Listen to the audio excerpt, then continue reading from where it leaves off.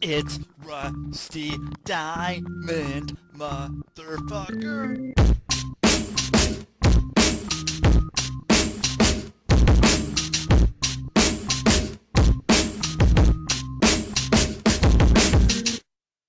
Yo, man. Boom, it's Rusty. It is Friday, whatever that means. It means it's the day I'm going to go swimming. That's what matters. So today is my only podcast. So this works out pretty well. So it's going to be a special day with a special guest because I'm not going to go and do a podcast while I'm swimming. That's going to be later on when I do the swimming podcast.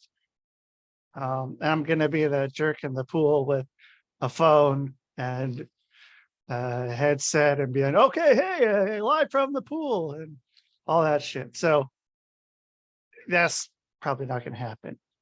But what is going to happen is I'm going to bring on my special guest right here. And right now, I have Kara Payton. How you doing? I'm doing very well, Rusty. Thanks for having me today. Thank you for being on. It's good to have you here and good to be able to just go. This is yesterday I had 4 podcasts, today I have 1. So it's kind of nice to be able to let my voice be able to recuperate a little bit. I think something that podcasters should do is go to some sort of vocal coach, like a singing coach or something, because I don't know, at least for myself, I feel like I've thrashed my voice quite a bit doing this or yelling before in other instances when I have a microphone. But yeah, I don't know. I feel like there's probably a better way to work on that. And that's something I'm not a singer type. I could sing, but then I'd have the dogs as backup singers in the background and all that stuff once my voice starts going. But it makes it fun. And so where are you in the world ish? I'm in the Midwest-ish. I'm in Yeah. Kansas City. Okay, all right. I was there like 6 months ago. I drove through there and got some barbecue there because I had a friend who was from Kansas City, and the barbecue sauce is different than a lot of other places with there's less of a ketchup barbecue sauce kind of taste with that, and that's something I enjoy. So Yeah, we don't have a lot to look at, so we give you good food, good beer, and good coffee. That's about all we have to offer. I'm all right with that. Nothing wrong with that there. And so so then you're also a podcaster. I'm gonna try not to go through the questions that you've gotten a whole bunch of times, but but I'm curious about this one. So you're the Happiness Habit podcast. Yes, yes. Started in 2020 in the midst of the pandemic when the rise of depression, anxiety, all of that really started to reach a critical mass. And essentially, it just started because I was in my house and thought, with all of the years with Tony Robbins and touring the world and helping, I know that there's something I could add to this space. And it started simple enough, just me recording things that I thought were pivotal for somebody going through maybe a self-inquiry process or what the hell's going on process, or going through those emotional mental spirals that kind of get us in a lot of trouble with the way that we feel. And then here we are 3 years later, we've got some big names and top 10% rank, and it took off. It's one of those things that I started with little resistance, and because it had little resistance to it, I was like, oh, I wasn't attached to the outcome. And then the outcome turned out quite exciting. So It was you don't really have anything to lose. You're just doing it just because it's something you're enjoying, and there's nothing holding you back. So you can kind of do whatever you want. And then if that catches on, then it's just is game on, because then, you're at your peak performance right there, being able to literally do exactly what you want to do and not have to, um, try to please somebody else, when you're able to do that for yourself. And Right. so then, okay, so were you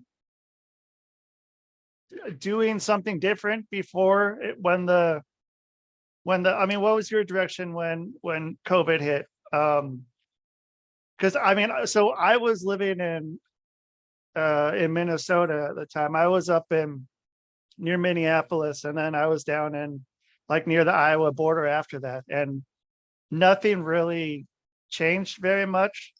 So there were some people that were staying in, but I was out and about quite a bit. So the roads were very clear, which was great, and everything was very empty, and I really enjoyed that. But um, a lot of people had a lot of different ways that they experienced the shutdown and everything. And For like sure. Iowa didn't shut down at all. Iowa was business as usual, no masks, no shutdown, no nothing, and it was interesting. And then like I would fly to Portland, Oregon or something, and everything is the exact opposite. And so, kind of got to see a little bit of each. But how did it go for you when 2020 hit, March 2020? What happened with you there? Well, Kansas City was definitely one that was full 100. It went from life is normal to we're in a Armageddon type thing. And I'm a heavy traveler. I am a very, very outdoorsy type person. I am not, I'm an entrepreneur and an oldest child, so I'm not really used to being told what to do. I was traveling from Kansas City to Denver to San Francisco to Salt Lake City with a photographer friend of mine, and we were traveling. Devin and I were going to wineries and Napa Valley, and just traveling. And lo and behold, fast forward to in March when we get back, I realized I heard this coronavirus and I heard COVID and all of that just kind of as buzzwords, but in my mind, it's in a different country. It's a sickness. I'm thinking, okay, cool. I was too young to really understand what the swine flu was, H1N1. It was just another thing, and probably most of us had that mentality is, okay, well, whatever. And Yeah. turns out I stayed in cities that were the hotspots at the time of when everything was really spreading at a vapid level. And I get home, and about 11 days later on the nose, I end up with it right You away. got it right off the bat. I got it right off the bat. And it killed my voice. It didn't really do much of anything other than that. It was, I just was like, okay, this thing, and I'll deal with it and whatever. It was still no big deal. It was like a cold. And Yeah. then I noticed that the programming and the fear and the narrative and what we were being told about it started to reach a critical mass. There was so much information that was still had a lot of holes in it, and we were filling in the gaps as our mind does. Our default program just goes straight to the worst case scenario. We know very little about it. So how can we manipulate the situation to be even more terrifying than a virus that we don't know anything about? And it's spreading worldwide, which of course then just takes everything that we already have a fear about and it turns it up to 100 and validates it. So I at first was very signed on to the, okay, guys, let's be very, we just need more information about it. But until we have that, let's just stop what we're doing and see if we can get ahead of this thing. I was absolutely on board with the just, stay away from each other, let's try to mitigate as much as we can. And then information started to come in that didn't necessarily match the others. And then this development happened. And now we know more about it, but then it disproves what we first knew about it, which to begin with. That's the nature of discovery. We discover, we know what we know, and we do what we know until we know better, and then we do better. And so I just kind of chalked a lot of these things up to, well, now we know more. Now that's not true. Okay. But the continued cycling of this contradictory information, I think, started to really, really get a rise and frustrate people. And now we're not really sure what to do.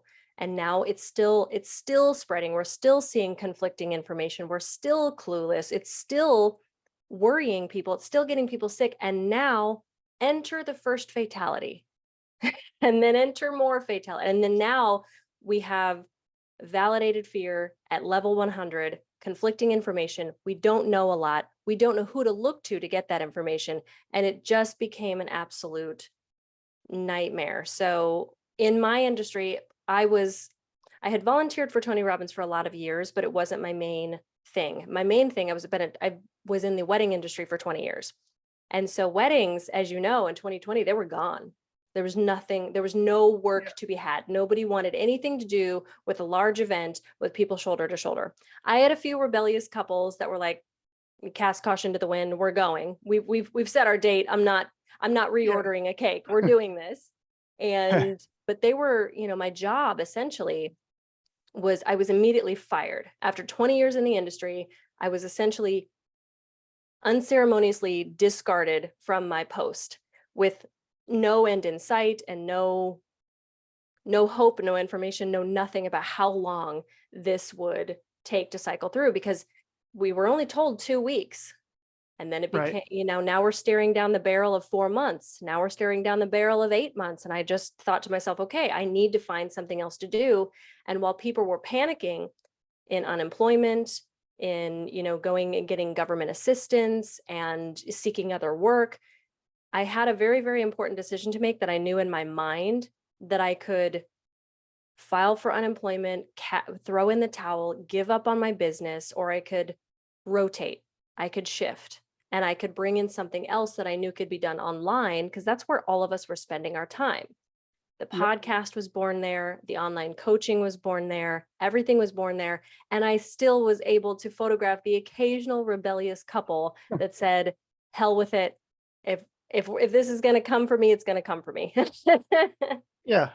Everyone's going to have a good story of how it happened. At least we're all here with our loved ones. Yes, absolutely. And so then what kind of headspace did that put you in when you were sort of faced with that, with the, I don't know what to do? Because I did the kind of the same thing. I mean, it really made a lot of gaps open up for a lot of people, with so many people shutting down completely.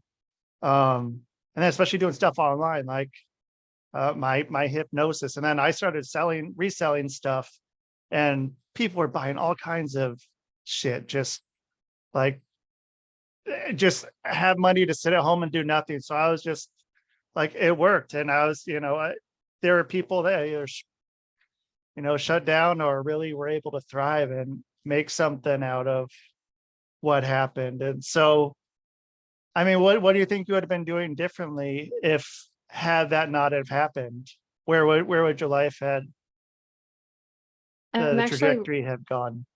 I'm really grateful that it all happened, not the tragedies, not the polarization, not the way that it changed the way we relate to others. Because I think we have a little bit of we're kind of snake bitten. We're snake bitten by the media. We're snake bitten by politics. We're snake bitten by the narratives and the messages and the virtue signals and the groupthink, line in the sand type of, now I have only the friends in my life that were an echo chamber to me in 2020. And now I only have the, political ideologies of people that, we're not really as innocent anymore. We're not really as easy to connect to anymore. There's a lot of holding people at arm's length anymore to kind of like, I'm going to wait to see what you believe and then we can connect.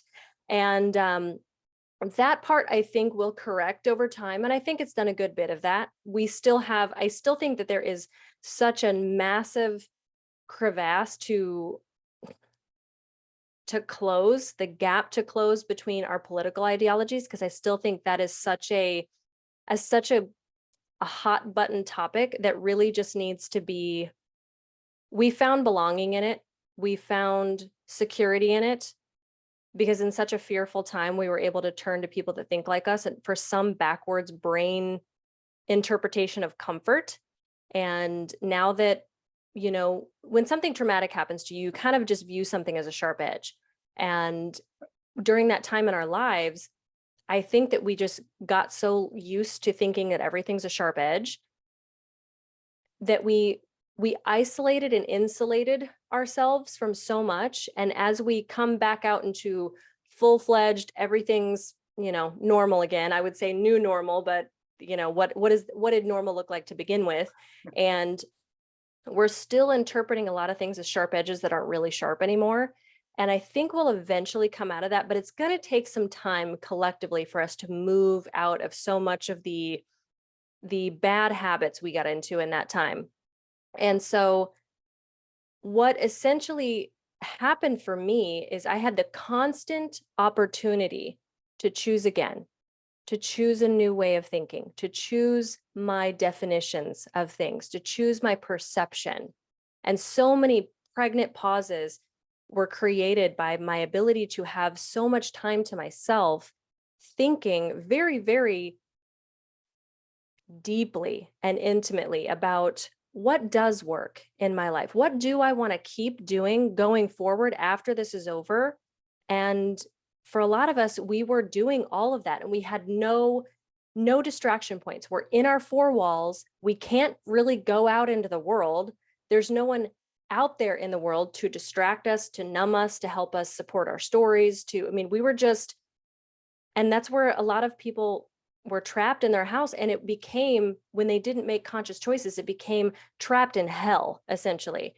I did not realize how much of my life is what most people are thinking. I didn't realize how much of my life was designed around distraction and numbing and avoidance of I was RSVPing to things that were just busying me.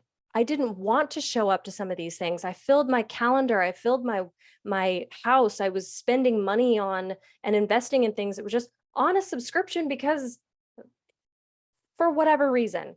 And we had friendships that were not serving us. We had relationships that were not serving us. A lot of people ended up in their house with their partner and realized, I don't actually like you at all. Yeah. We are not compatible. When I don't have anything else to focus on except for how you think, process, feel, relate, etc. to me, there's nothing there. We had to get closer. We had to get real. We had to make some very, very uncomfortable decisions. And unfortunately, that's where I think the mental health, the anxiety, and all of the emotional discord became so, it didn't grow. I would argue all day, every day with anyone that says it grew in 2020. I think it showed us more of what was already there and it amplified it. And it just took a magnifying glass to what we're already experiencing on a day-to-day basis. And so if 2020 hadn't happened, you know, I lost a brother to PTSD. I honestly credit so much of what the isolating and the trauma and everything did for him in 2020, but he ended his life in 2021. And it really was a launching pad of, Kara, get off your ass and do what you know to do. You are impassioned by the idea of somebody creating the life that they love and knowing that they're not trapped to this default, to this habit, to this norm. And it really was it was the catalyst. It was the biggest launching pad into make a decision. Because, you know, as many of us know, we tend to allow ourselves this space of making a decision with both feet or making a decision with maybe one foot in, one foot out. The problem with that is making a decision without both feet is not a decision. It's indecision. You either make one or you don't. There's not a, if you're not making a decision, if you have one foot in and one foot out, what you're doing is you're just successfully gaslighting yourself that you have more time to think, you need more information, you're not qualified, you're not ready, etc. So 2020 was a blessing for me. I know it was a blessing for everyone. It's just going to take a lot of time for people to define it that way. but it was probably one of the best years of my life. I would not be here today in the life and the reality and the circumstances that I'm in right now had that not gone any other way. Yeah, and I think with so much self-reflection, if that was something that a lot of people were able to figure out during there, it's something that is not looked at very much in society. And without that self-reflection, I mean,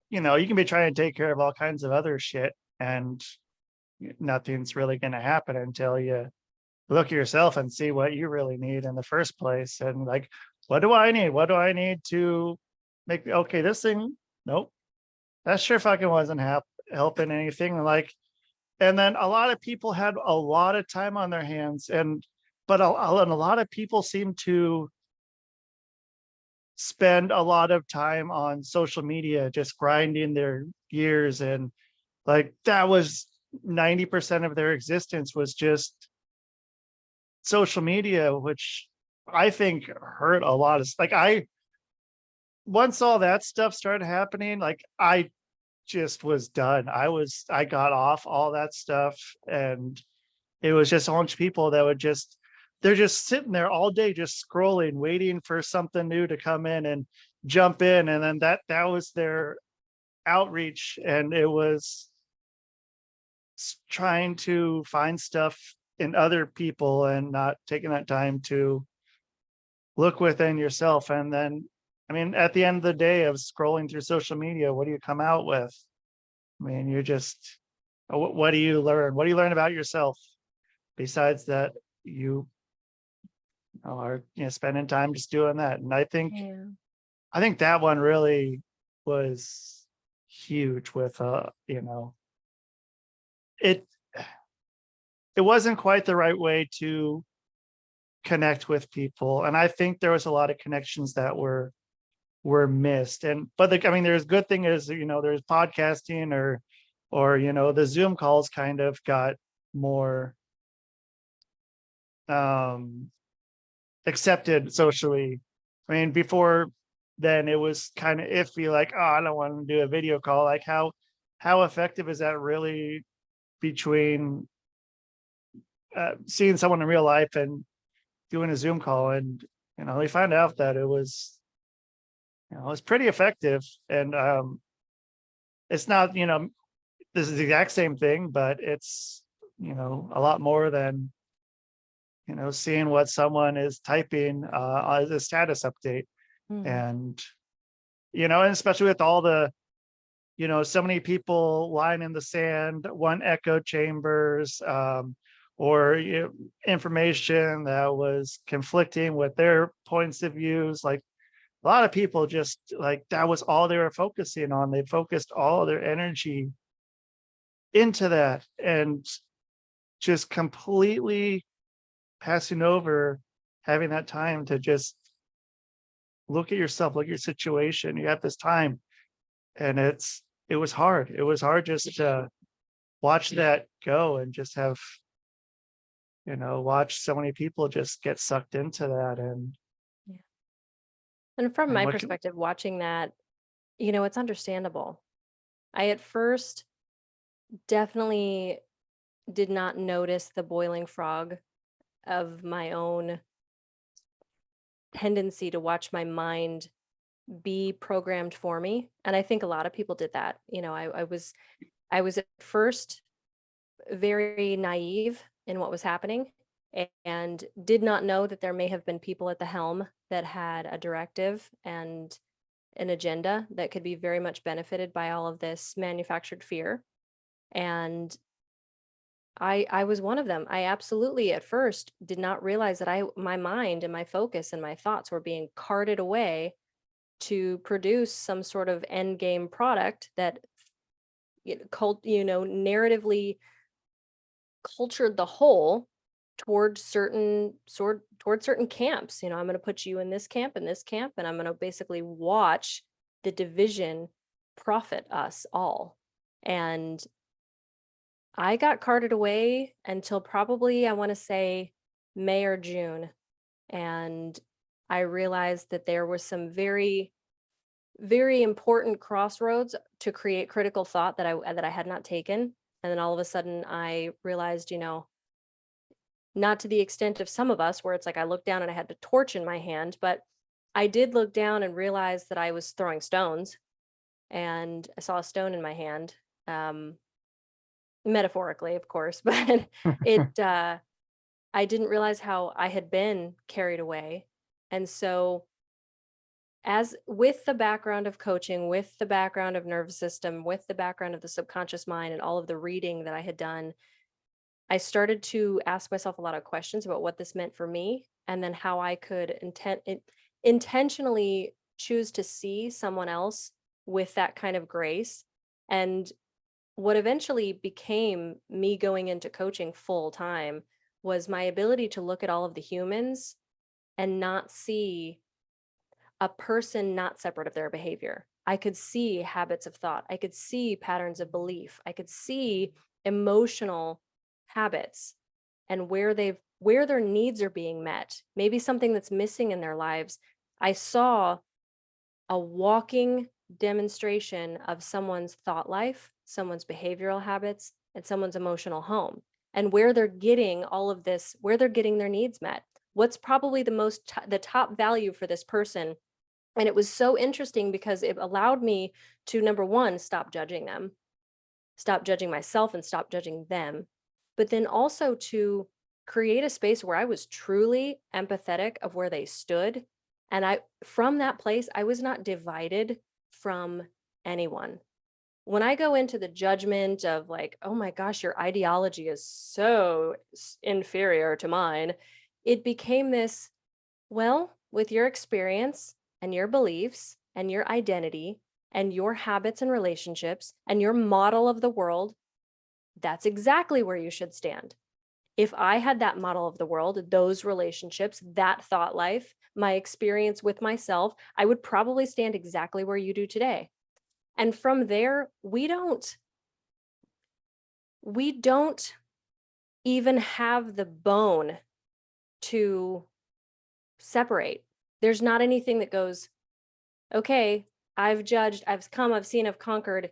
You and I are not the same. I'm above, I'm morally superior, I'm whatever. And you don't have a separation. And in that separation, you have zero desire to tout yourself or stack yourself in some sense of moral vanity in any regard, in any way. I'm not posting inflammatory stuff on social media. I'm not finding myself wanting to keyboard warrior someone into a shame hole for what they think. It's just like, wow, how interesting that there's 8.4 billion of us on the planet and we all think different. What a novel concept. It became And just like chill, and then from there, that peace grew in me. It saved me so much time. And even the scrolling bit, I understood, because we had found a way to fill the hole for all of the unhappiness that was going on, that dopamine kick. We were just, Yep. yes, it's sad that we can just go like an addict straight to a phone and just, if you think about it, if you think of your phone like a drug needle or just a drug, something to inhale, something to drink, something to numb and take away. When you look at it like that, how many times a day we pick up our phone, how many times a day we engage with, how many times a day we get lost in it, we really start to see the addiction quality and the fact that there's nothing indirect about it. It's just the chemical that it's giving you is not something that we can tangibly see go into our bodies, but it's creating that in our mind. And having that discernment for my own life was not only helpful to me to not be completely sideswept into whatever tangent that the world presents, because the world knew, anybody that knew where this was shifting and had any kind of insight or foresight about what was going to transpire, knew that now our focus, our attention, and our energy was now a commodity. It's a product, and it's the highest priced product in 2020 because we got nothing left else to sell. And I knew that for me, I was either going to be a manufactured product, used and abused by whatever was trying to sell to me. I was going to fall for all of it if I did not have the wherewithal to control my mind. And it all, beside that number, that was the number one. The second thing it granted me was the ability to understand where everyone else was coming from, acting that way, behaving that way, thinking that way, feeling that way. And when you do that, there's something that just releases in you. The tension and resistance to need to fit in, to need to label, to need to categorize, the fear motivated desire to understand it by way of force just leaves you. So 2020 was it was one of the best years of my life, honestly. Me too. And I mean, it's hard to say that and tell people that, it was so, I mean, it just like that with everyone having so many different takes on how they interpret reality. Um, and that is okay. And that somehow so many people thought that anyone with a different reality, different viewpoint, I'm right, you're wrong. There's no gray area. And yeah, you're either with me or against me. And that part was hard. And it was nice just kind of being just outside of that, looking at it objectively, what's happening to so many people, so many friendships, so many relationships just shattered Eviscerated. because Yeah. there's no understanding and there's no just acceptance of this is what's really happening. And um we don't all have to think the same. And in life, there's checks and balances. There's the yin and the yang. And you have to have one to have the other. And an echo chamber only does so much. And what can you learn from an echo chamber? Very I mean, little. yeah, you have to have both sides. You have to have a lot of sides. And there's a lot of, in between, a lot of gray, and any part's fine. And it's just, I wish that was something that caught on more, but that wasn't really in the plan of the grand scheme of everything that was happening. I think it will, What though. I I think it hope so. will.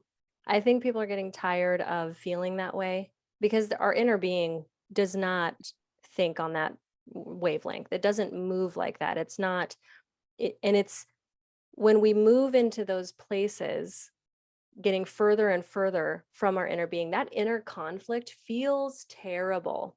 It feels like you're lost, like the most lost of lost. And I think that's where a lot of us ended up as we got to a place of critical mass, realizing I am so tired of feeling this inner turmoil.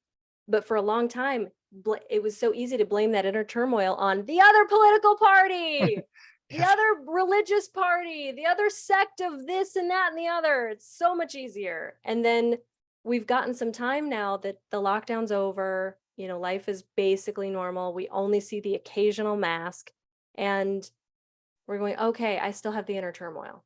Ooh, I still have the inner turmoil. What is going on with me? And there's not a linear better or worse way to do things. There's just people that are going to do it on a different timeline. And so people that are coming out of that, okay, I don't have anybody else to blame. That guy's not in the White House anymore. That news, situation has been resolved. This family dynamic is still the same. Whatever the case, that whatever we were blaming it on, the gratification it's not supplying us anymore. And we're gonna come back from that accusation, back from that accusation, back from that, and we're eventually going to trail the breadcrumbs all the way back down to something that was going on inside of us. I think we'll all figure it out. I really do. There might be a few that just can't. They've been too pained, they've been too hurt, they went through too much to have any ability to look within and really ask those critical thought questions. But for the most part, I think as a society, we will all come back around to finding out that this was really an internal thing that occurred. It was not external. It translated external because internal suffering hurt people. We've heard that saying before, but that's because Right. that inner turmoil has to express itself in other ways. And so you don't have people that are absolutely miserable with their life treating everybody like gold. It just doesn't, it's not the way. You act as if.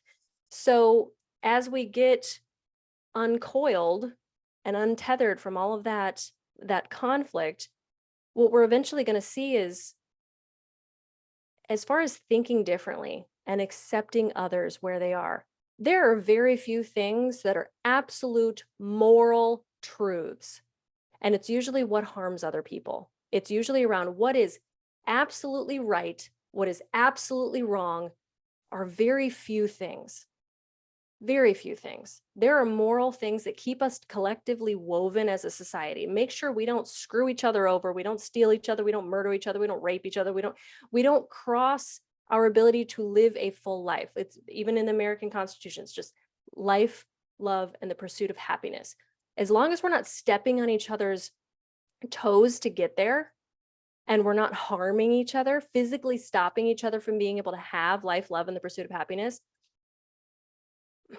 life, liberty, and the pursuit of happiness. I'm an American, I promise. Um, we need to stay in our own box, in our own world, in our own way, and live and let live, as long as it's not damaging you or anybody else on earth. And that's why I think those small crosshairs, like what do we think about these really high ticket, hot button issues, the big ones? There's only so many. The rest of it, let it go. Let it go. What does a man marrying a man or a woman marrying a woman do to you? Right. Nothing. Absolutely nothing. Yep. There are other things, though, you could ask that same question, and it does do something to somebody else. It does do harm to someone else. And those are, without division, those are just morally wrong. And we need to be able to ask ourselves the question, there's right and wrong, and then there's what's wise. And usually wise pulls us back just a bit. Jordan Peterson talks about this a lot. He says there's things that are right, things that are wrong. Those are pretty black and white. But then there's also, just because you can do it and it's not technically wrong, what's wise for you to do? What supports you? What actually makes you a better human being and makes your soul grow and expand the way that aligns still with that core inner being, that inner intrinsic self? And a lot of the times it's a little bit more cautious, it's a little bit more pulled back. Just because I can drink every single day doesn't mean and it's not wrong. That's an interpretation. I could drink every weekend. I could go, just because I'm not married, I could go have, promiscuous sex with random people. That there's a gray line on whether or not that harms someone. Okay, there's a gray line. I could technically get away with it. What's right and wrong? Well, I'm going to define that a certain way, a way that, helps me to, continue to be maybe a trash bag human here. But what's wise, what's good for me and what's good for others, that usually pulls me back into a little bit more careful, a little bit more loving, a little bit more intrinsically timeless, honoring place, a way to live that honors myself and others. And I think that we've got to really, really get clear on what actually matters to us, what divides people from us, and who we're going to be. And everything, when you have that final vision of who I'm going to be, what do I want, what do I actually believe, and you just staple those down into the ground, it's that firm end of the line. This is my absolute tether point. Everything else becomes really kind of clear of what's the priority and what's not. And I mean, with that, there was so much of, like when you're in fight or flight mode too, and your adrenaline's running. I mean, those actions, you're making are not clear. Mhm. And it's real easy to get and also being able to realize that what had happened is we had all kind of got into that headspace, and everything was very touchy and seemed very personal. Every step taking things personally. Whereas in the end, I mean, what we all want is the life, liberty, pursuit of happiness, and then a better future for people that come after us. Mhm. And as something that is more of a collective, and there's just like telling some people that, and it was hard just to even get onto that same level of just like everyone wants this. It's like, but they don't think it's okay. We all want this. Like, let's focus on this to be able to move forward, because just going in, having us spinning our gears, uh, doing whatever, trying to, blame this, blame that, blame someone. And it just became completely unnecessary and throwing off the consciousness of what needed to move forward in a positive way. I think yeah, I mean, it's starting to get there, and I think the hard part's going to be trying to, you know, forgive and forget for some people. I think that part can still be held on to Yeah. And we're even pretty. seeing that, right? We're even seeing Mhm. that. It's being posted as funny memes and all that. It's just like it's the Braveheart one where it says, when my Democratic or Republican family comes back to try and reconnect, it's the Braveheart picture. It's never. And it's just like, okay, but don't blame that person for your choice now. That is Yeah, now your choice. It's like leaving the household, and still you're 30 years old, you still want to blame your parents for your upbringing and how it's making your choices today. I'm sorry, but after the day that you leave your parents' home, your shit is your own. And you now you can it doesn't have to be your fault. Fault and responsibility are very different things. Fault, it's not your fault. There's a lot of things that happen to us that is absolutely not our fault. We have every right to sit there and be butthurt about a million different things that happen to us. We have every right to be traumatized. We have every right to be, but is that prudent? Is it good? Is it wise? And then furthermore, is it our responsibility what we do with it from here? Absolutely. Your father traumatized you at 17. That's horrid. I'm sorry, but it's your responsibility now.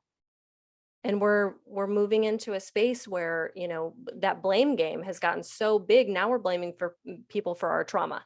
We're blaming other mhm. people for our trauma. It's like, yes, they may be at fault, but you absolutely had the control of how you defined it. You absolutely had control of where you moved from that point on. That was your choice. That's your responsibility. Trauma informed is one of my least favorite phrases. I think we need to get into a place where being trauma uninformed, because we're allowing it to dictate us. Yes, consult with it. It happened. Your body processed something very, I struggle to use the language awful. Something, if you stop defining it as awful, there is something that can come from that would be so much more fruitful for you to dive into than just saying it's awful, shove it in a box, it was painful, it was terrible, I need to move from it. What can you extract from it? What can it teach you? What is it now? There's so many people that are speaking on stages that were human trafficked, or somebody that was bitten to pieces and they're only a head and a body from a shark attack, but they're on a stage. They didn't give up. They're telling other people, the way that you see this, the way that you talk about it, the way that determines what you believe about it, and then what you'll do with it and who you become in the face of it. It's very, it's it's a personal empowerment, and it's very uncomfortable to put on the pants of something that used to burn you. It's like we're intentionally touching the hot stove. And of course, our mind's going, get away, get away, get away. But if you dared to lean forward, if you dared to decide to grow, if you dared to decide to expand large enough to contain that too, instead of trying to push it outside of you. And that's where the invitation to expand becomes when we take that trauma and go, can I make a space large enough in my soul to contain this too as a whole, and into the integration of the good and the bad. And I think it's a personal decision. And those who make those decisions also do not need our judgment. Those who move something wonderful out of it, absolutely praise them, encourage them, put light on the positive, grow it bigger. And the people that decide, I don't have enough space for that, I can't, I'm going to contract, this is going to stay on the outside of me, I will never look at this as a positive thing, they just need our love. No, you don't get any better no matter what with anybody else's judgment on the situation. Yeah, and I think that also with going back to the social media dopamine, serotonin, being able to tell people that you've been through trauma, but not addressing it inwardly or being able to find a better outlet for it, you're getting that little bit of dopamine and serotonin, the pat on the back. It's like it's okay, but everything that happens forward that relates to it still is going to be affecting you in a way where it's uncontrollable, and you're going to be taking that in, and you're not really ready to, like you're not able to find something that could be positive out of it that could help somebody else. It just turns into, this is something that has me stopped in my tracks. And so yeah, I think like the the being able to give someone the love for that is important. And then, but not only give them the love, but give them the motivation to go do something with this. Like, take care of this for yourself, get it fixed on the inside first, but then empower yourself, learn from it. You got to keep on learning. Like school, I have my thing about school, and I don't know how important school is, but learning is fucking important, and growing is important, and moving forward is important, evolving is important. But yeah, I mean, there's so much to looking within that can change someone's life and realize something that's stopping you, and something that you think may be stopping you, maybe something that's way bigger inside that happened to you a long time ago too, with some sort of trauma. And that's something that I've seen a lot, and it's been like, well, here's something that, okay, I have people, clients that come to me for some sort of trauma and think that is something that happened to them when they were 25, but then get them in hypnosis, and this image scene pops in their head of something that happened to them when they were 6 years old, that's been fucking with them forever, and they had no clue what was going on, and they're living in the fight or flight mode and not even knowing it through this whole time, and not being able to make clear decisions, but are unaware of that. And so just being able to have that knowledge and just being able to, take it in, and it's fucking some horrible shit's happened to a lot of people, and there's no denying that, but there's got to be some reason to make it better for yourself and hopefully for others. I Yeah. mean, more information is worth its weight in gold for anyone that maybe could experience it in the future or has experienced it already and is just holding on to it. And there's also the invitation of people that, what they do with it is their own work. But there's also when it becomes such a handicap that not only you can't deal with it, but you're standing in the middle of the road asking everyone else to walk around you so they don't touch it, so they don't trigger you, so they don't trip your wire, so they don't, affect you further. Oh, I'm traumatized, that triggers me. You need to move around. You need to say something else. You need to call me by these pronouns. You need to do what you have to abide by my model of the rule and my rules of life in order to make me feel better. You need to change you so that I can function as I am unchanged. And I can hardly think of a more narcissistic or arrogant way to live. And that is where the trauma informed has been used by opportunists to facilitate an excuse not to change. And if you want to think about us, you like to use visuals a lot because it helps people really start to think outside of their modality of, just old group think or old ways, habits of thought. If you picture us all, walking along a flat plane, just side by side, everybody in the world, 8.4 billion people walking a line together. And you picture people that we're all going to get fucked up. All of us are getting hit. It's the freaking, what was that? I'll never remember that crazy Korean show. That show that killed off a lot of, what was that called? Oh my Oh, God. was it Squid the Game. Squid Game? Okay, Yes. yeah.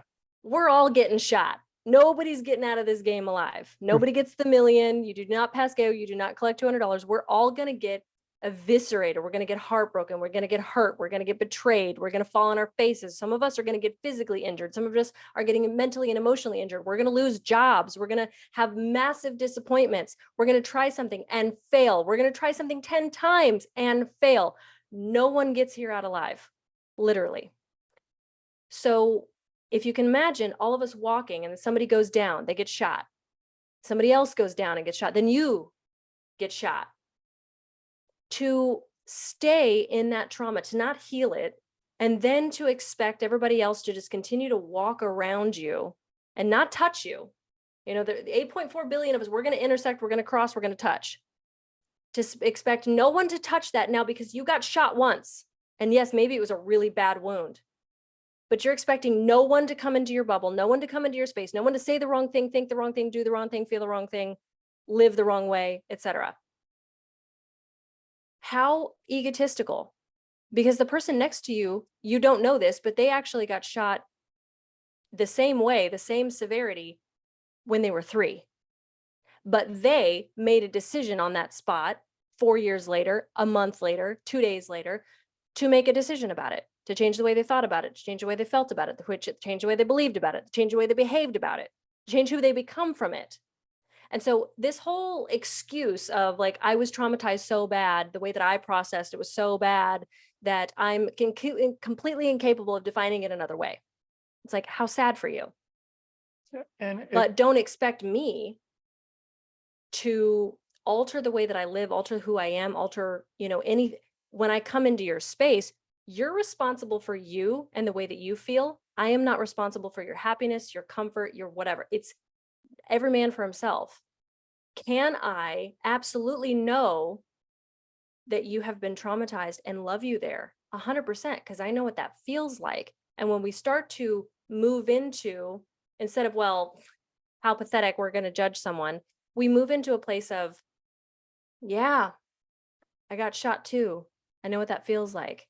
That sucks. What can we do to move your foot forward? What do you need to move forward? I'm not going to love you from, out of a place of pity, and I'm not going to support you staying in your shit. If you want to stay in your shit, that's fine. I'm still moving.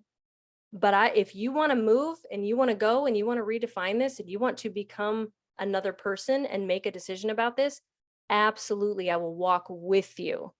But if you're not walking, I'm not just going to not walk. And the empathetic, the true empathy doesn't pity. It says, yes, me too. Let's go. Yeah.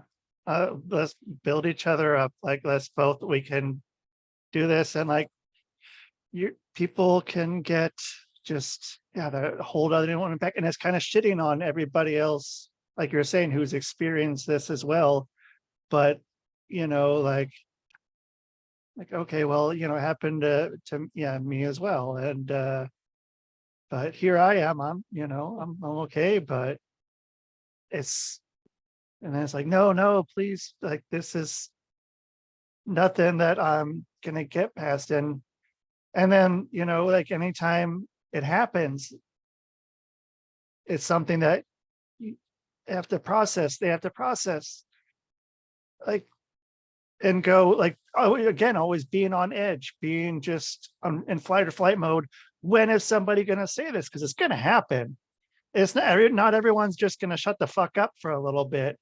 It's it's going to be, this is like, you got to deal with it. And I mean, hopefully you can find a way to do it where you're in the best place to better yourself. You're in some, um, happy, relaxed place to be able to process it and move forward and realize that it's a shitty fucking thing that happened, but look at what it can do for you. Look at what it can, we can learn from it. Look what other people can learn from hearing your story. Nobody's going to learn anything from saying I'm triggered. If you hear someone else say I'm triggered, what's another person going to hear, and what are they going to learn? They're going to learn nothing about the situation. They're just going to go, oh, well, okay, that doesn't help anyone. So I mean, it's all about that, building everyone else up and just saying, this is all it is. I'm done. Like there's nothing else. This is me now. And you know, get that maybe pat on the back every so often, but it's just, yeah, waiting for that little someone to say, oh, okay, I'm sorry that happened. And or else waiting to just go off on somebody who it was who triggered them, and putting it on them when it's what you are experiencing is you, and it's your reality, and it doesn't have to be triggering. It doesn't have to be overwhelming. It can be something terrible, and then you learn and you go and you move and you evolve. 100%. Yeah. So we didn't talk about a lot of what what you do otherwise, when that's not, you know, this is what I was going for. I mean, it's we got to go into this reality of what we were talking about. And so where are people going to find you? How can they learn from you? Where can they find your work? Well, there's three places. My podcast is called the Happiness Habit Podcast, and I break down these types of things and concepts with great leaders and speakers and very influential, impactful leaders in the industry. But then karapayton.com is where, if anybody's anywhere on their journey whatsoever, I've made something for people who are just starting, that are somewhere in the middle, that just are looking to level up. There's a daily practice that helps you, wake up with energy, aligned, move things out of your body that you don't necessarily know where they're stuck. You don't need to know where something's coming from in order to release it, in order to express it and release it. I don't like necessarily the idea that you have to find out what was the exact point of trauma, when did it happen, who did it, et cetera, and like getting into the nitty gritty details. If you know that it's no longer serving you and it's still trapped there, release it. My daily practice, it's called the Unshakable Woman Daily Mornings. And you're moving through an adoption of a new mindset, a new emotional home, and a new identity. And it clears out old cache, old stuckness energy, old stuckness mindsets, and it moves you into the state of your next level. That's for people. It's absolutely free. And then I am a very intentional person with social media. What we just talked about, I am on, there's me behind a physical phone on Instagram. Everything else is repurposed. My TikTok, my YouTube, everything, my Facebook, everything sources from Instagram. I just post it on there, and then I have it swiped and post it everywhere else. So if you want to reach me, the physical person behind the phone, that's Kara Payton with an underscore. So side note, if you want to find a way to repurpose stuff, especially YouTube videos, and they are set up to be in like the, what, like Instagram, YouTube short kind of format. The same Yeah. thing.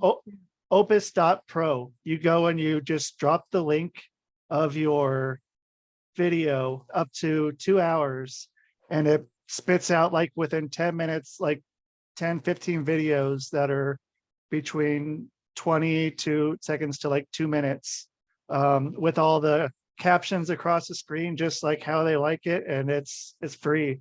I just got Fantastic. turned on to it. So yeah, no sponsorship from them right now, but it's a game changer. It's been real nice for that.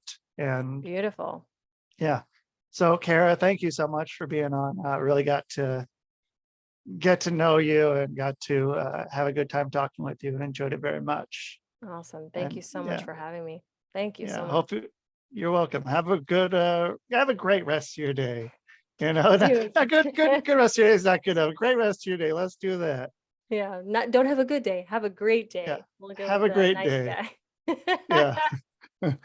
All right. Well, you take care. Thank you so much. Yep. All right. That was Kara Payton. Follow her where I said, where I'm going to put in the show notes, and where she said she is. You should be following her. Don't be a dummy. That's all I'm going to say. I'm going to keep it short and sweet. So you guys, thank you for listening on the Quantum Global Broadcasting Network, Eugene, sponsored by Sock'emUp.org, sponsored by Hardcore and Comedy, sponsored by Hypnosis is Great, sponsored by Stoner Eats. And I think that's it. So thank you everyone for listening. Like, share, subscribe. You can find this anywhere you listen to podcasts. I can put it on YouTube and Rumble TV. So get on that and get a hold of anyone. I mean, get a hold of anyone that's been on the show. Just like, they're obviously cool. And you're listening to the end. So go follow them. Go get a hold of them. And just do it. Just do it. And that is the show, man. Boom.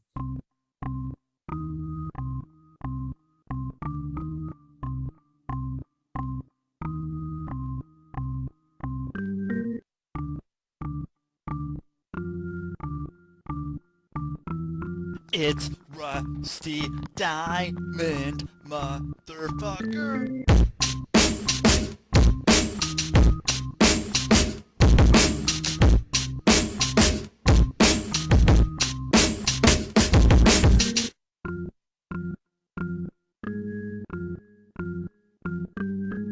It's Rusty Diamond, motherfucker. Ernest! Ernest! Ernest! Yes, Pee-wee. You brought the snacks, right?